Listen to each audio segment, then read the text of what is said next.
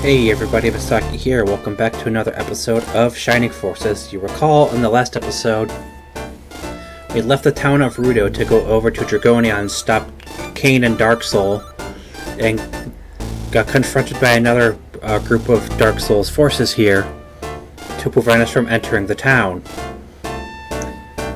And we had yet another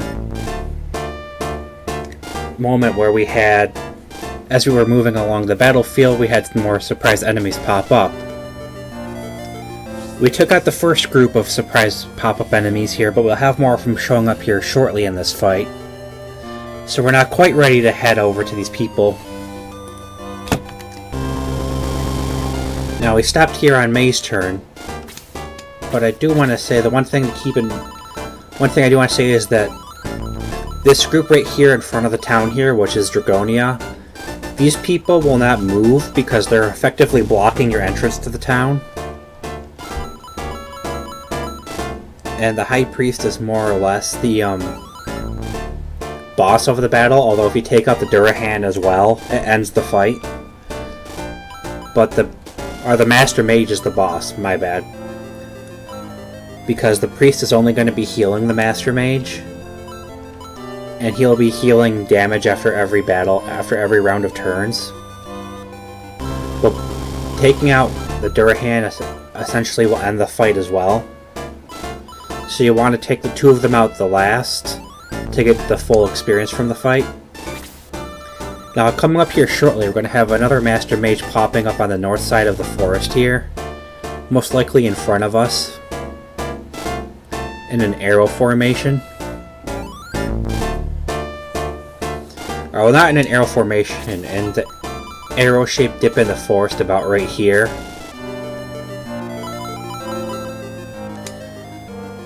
So with that said,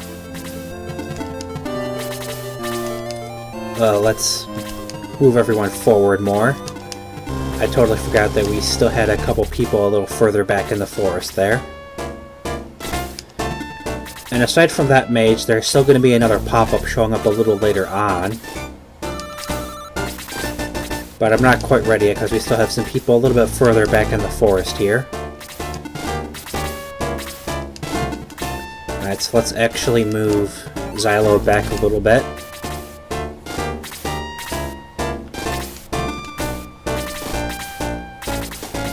And I'll move Ernest up there a little ways.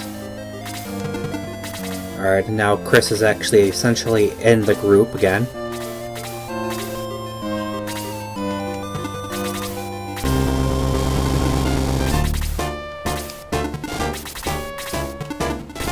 Alright, so now we can start moving everyone forward again.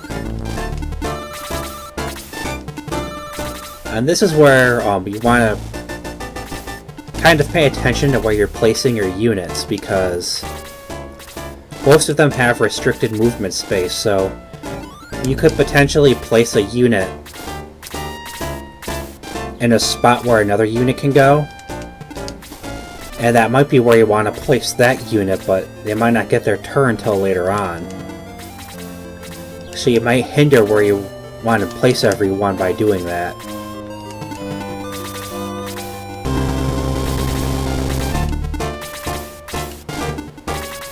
So we should have at least one more mage popping up here at some point.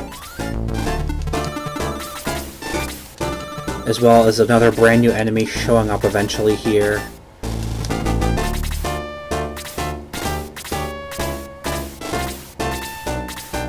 Yep, here we go.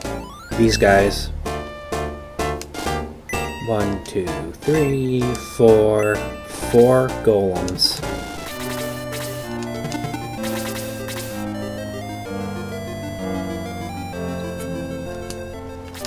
These guys are also brand new. They have 17 HP and even 28 attack and defense. 4 move and 16 agility, so they can hit really hard and they can take a lot of damage. So you want to be careful, as they can hit you rather heavily and take you out quickly. Alright, so he did 6 damage and got 16 experience there. So as you saw with their 28 defense, they can take quite a while to kill. because they tend not to take too much damage from a physical hit all that often. Alright, we're gonna have Gort move above the top one here and attack him. Hit him for 13 points of damage and got 24 experience. I'll have Luke move down here and attack this one at the bottom. Hit him for 13 points of damage and got 36 experience. Level increased to 8, attack increased by 3, defense increased by 4. Alright, Balroy, you can attack this one as well. Balroy attacks, does 1 point of damage and got 2 experience. I'm not, surprised by that at all because these guys have really big... These guys have a decent amount of defense on them. Alright, so the one golem's going to move down and attack Xylo. Hit Xylo for 1 damage there, my bad. Of course, these two are going to attack the leader. Hit him for 1 point of damage.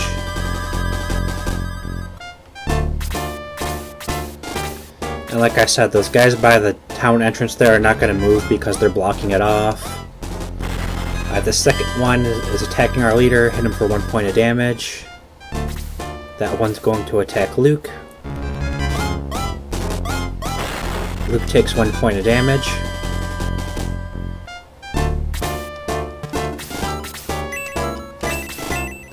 Alright, Blaze level 3 might be a bit much, but I want to make sure that they both get killed. Alright, she does 14 damage to the first golem, defeating it, and 12 points of damage to the second golem, defeating it as well. She gained 48 experience and 760 coins.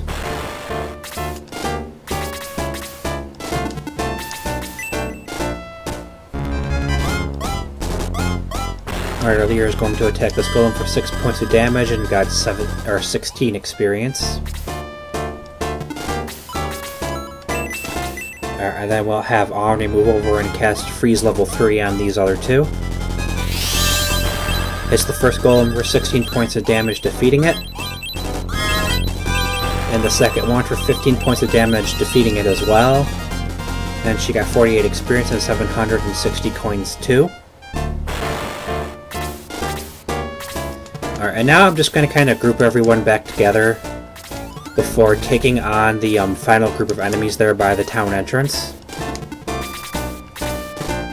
And that is especially because of the fact that they have 2 artilleries sitting there that can attack you from range, as well as a Master Mage that can attack you from range with Freeze level 2. And now we have another golem that showed up, just lovely. Alright, so let's move our leader over here and attack this golem. Hits him for 6 points of damage, getting another 16 experience, level increased to 8. Attack increased by 5, defense increased by 1, speed increased by 1, hit points increased by 6.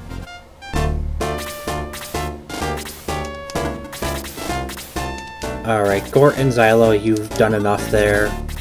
I kind of want to save the rest of their MP for the final boss, for the last enemies there by the town entrance. Balroy, you attack him. 1 point of damage. Alright, that's right, I forgot that he only did 1 damage to him last time. Darn it, I have people in the way. Alright, Ernest, you move up and attack the golem then. Alright, Ernest does 11 points of damage, defeating the golem, got 48 experience, 380 coins.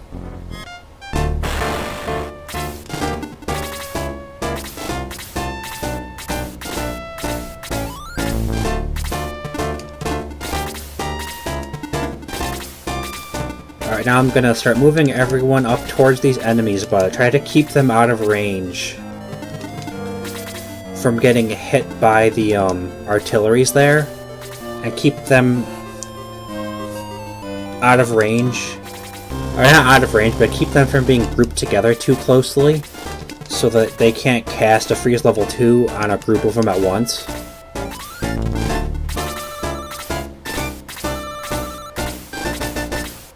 And like I said, those guys aren't going to really move on us because they're blocking the town entrance, so we don't have to worry too heavily about them like moving out towards us like that. Alright, we'll have Xylo attack this artillery to get it out of the way. Hits it for 15 points of damage, defeating it. Got 32 experience and 450 coins.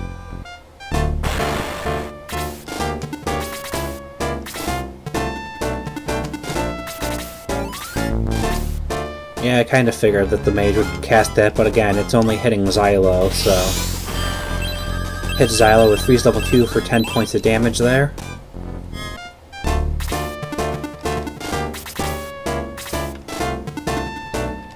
I don't want to take that risk.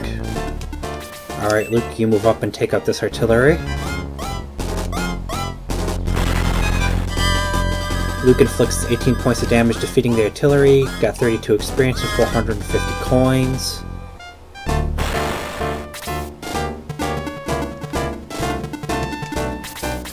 Alright, we'll move Bulboy around and attack the High Priest here. Does 8 points of damage and got 19 experience.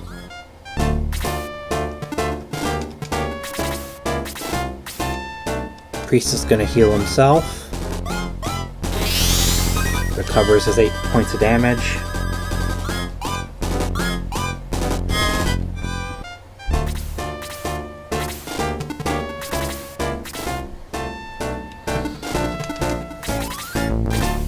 I think our leader is good for the moment.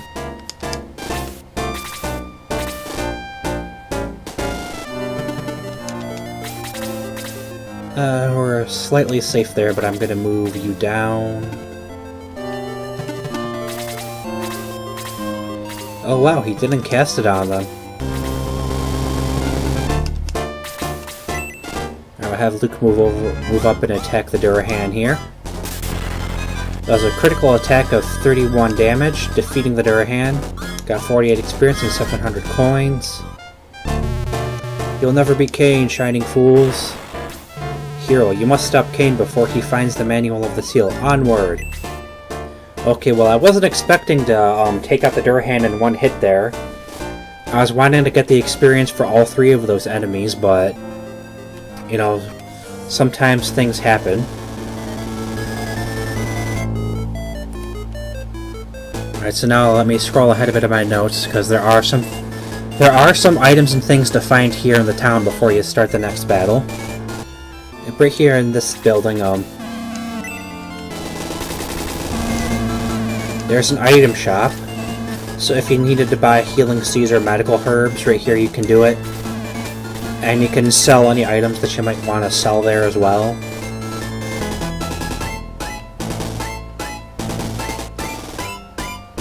Right here is your base.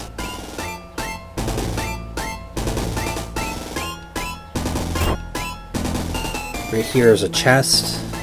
And I'm pretty sure this is the halberd. Yep. And the halberd is one of the best weapons for a paladin.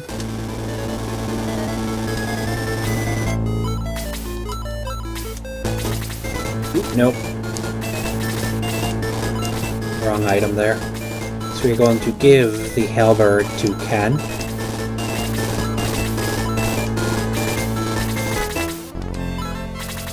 And the main reason we're giving the halberd to Ken is because May has the power ring, which already boosts her attack.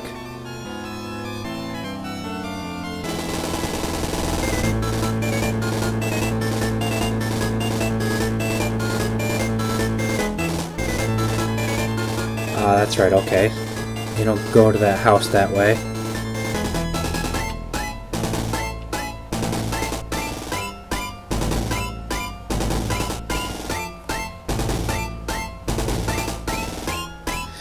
And despite how the halberd looks, that actually functions as a lance, so you can't throw it.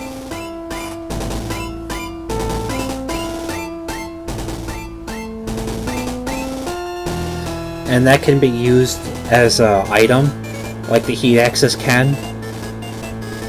And when you use that like an item, it casts Bolt level 1.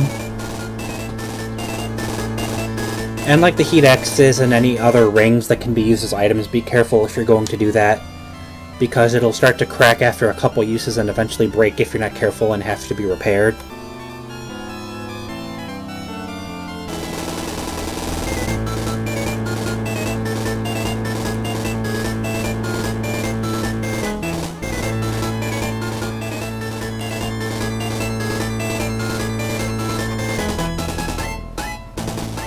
what is this here now? Sorry, just looking through my notes for a second. Alright, so we're just gonna go down these stairs and up into here.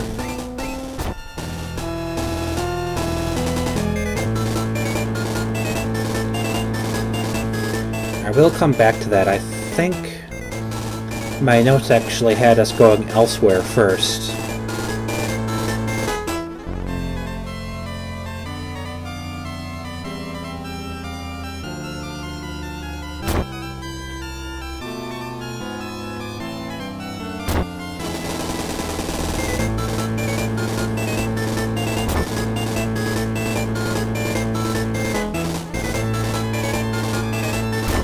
Alright, yep, right here.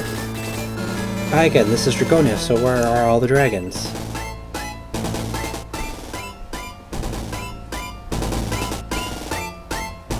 Ah, you blocked me in now.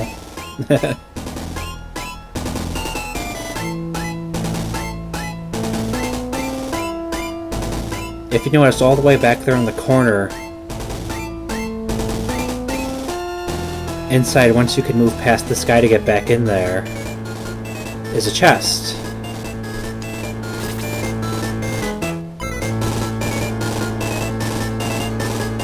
And inside the chest is a broadsword, which is a better weapon than the steel sword we're currently using.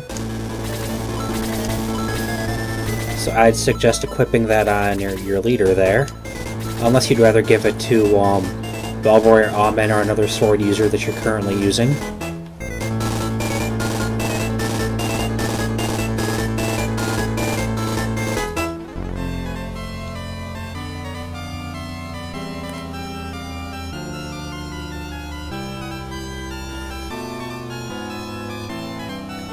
If you enter this big building here, which is essentially the Dragon Shrine, and you try to go to the store, it says the door will only open for 2 heroes. And that sign to the right of it here says it's the same thing, more or less. So keep that in mind for now.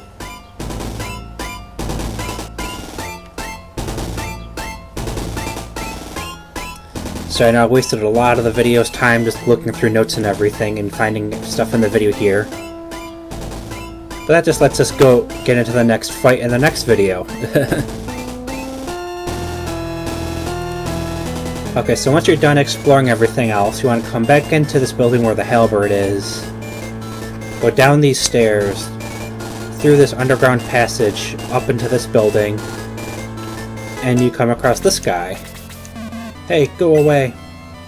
And you just want to talk to him, then follow him and talk to him again.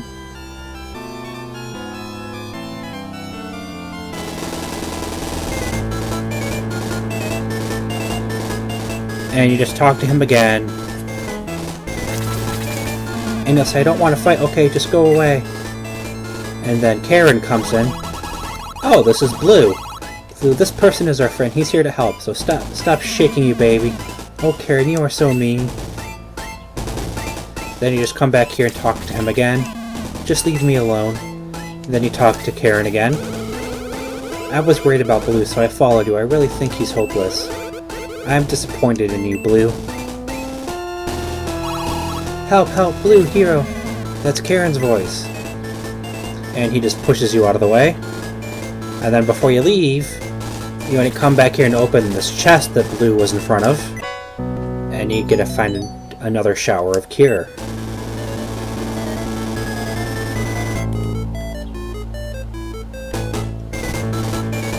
Alright, so now you want to head back over to the front of the town here.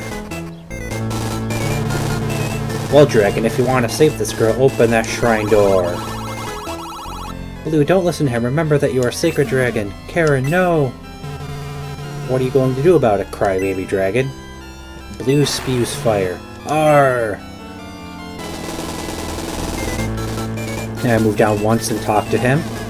I'm not very confident yet, but I'll try my best. Blue joins the Shining Force. Now, I have actually used Blue before. He starts off a little weak, but he is a solid party member once you start building him up. I'll be at headquarters. I'll return to Ruto. I have to tell everybody that Blue found his courage. Alright, so... Wait, what's this? Kane? Alright, so guys, hit the cliffhanger here with Kane standing outside the gate here after that scene with Karen being captured for a brief second here, but... In the next video, guys, we'll see why Kane is here and go into our next fight here. Until then, everybody, remember to subscribe, like, and leave a comment if you want. And I'll see you all in the next one, where we'll see what the heck Kane is doing here in Dragonia. And try to stop Dark Soul from getting his hands on the manual. So until then, everybody, goodbye.